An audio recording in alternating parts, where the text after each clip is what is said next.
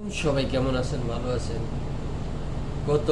বিগত পিছনে কয়েকটা বছর ধরে অনেকে অনলাইন থেকে ইনকাম করতেছে। আমার বন্ধু বান্ধব থেকে অনেকে বলছে, আমি বিশ্বাসই করি না, এখনো বিশ্বাস করতাম না। গত 4-5 দিন আগে আমি বিশ্বাস করতেছি যে আসলে অনলাইন থেকে ইনকাম করা যায়। অনলাইন কোম্পানি কারো পকেট থেকে টাকা দেয় না, কোনো ইয়ে থেকে বিভিন্ন কোম্পানির অ্যাডমার্ট দিয়ে এরা করে, ওখান থেকে কালেকশন করে অটোমেটিক। আমি আগে বিশ্বাসও করতাম না, বুঝতামও না অনলাইন সম্বন্ধে। আজকে প্রায় 8 বছর আমার কোনো অনলাইনের ভিতরে নাই, শুধু কোনো রকম ইমো দিয়ে হোয়াটসঅ্যাপ দিয়ে কথাবার্তা বলি বাংলাদেশ।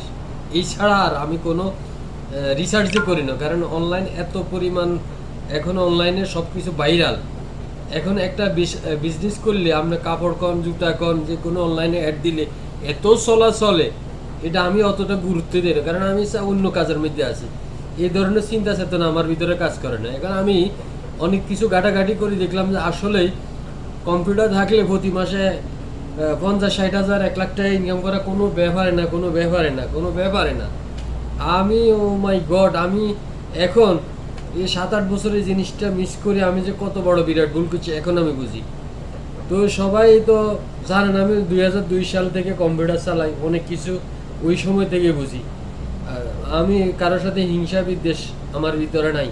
আমি একটা কাজ শিখছি, কিন্তু দেখা গেছে আমগো যে স্যারের কাছে কাজ শিখছি, ইউসুফ স্যার, ওনার কাছে শুধু কম্পিউটারটা ধরা শিখছি, ওনার বাইর থেকে গ্রাফিক্সের কাম শিখছি, আবার অন্য জায়গায় মোবাইলের কাজ শিখছি। এই অতীতের অনেক আগের কথা, সেগুলো না বললে তো নয়। সদ্যের স্যার এবং স্যারের ভাই দুইজনের থেকে আমার কালেকশন করা।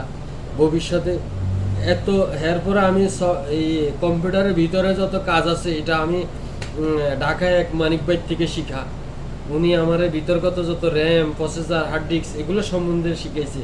এখন আমি পুরা কম্পিউটারের ভিতরে যত কাজ আছে সব মুখস্থ বলতে পারি ইনশাল্লাহ, ও দীর্ঘ অনেক দিন আগে। কিন্তু এখনও মোবাইলের কাজও পারি, কম্পিউটারে পুরো সার্ভিসিংয়ের কাজও জানি, কিন্তু আমি সার্ভিসিং করিও সেন্টার মতে কাজ এখনও করতে পারিনি, কারণ লোকজন না থাকলে যে সমস্যা হয় সেটা আমি বুঝি।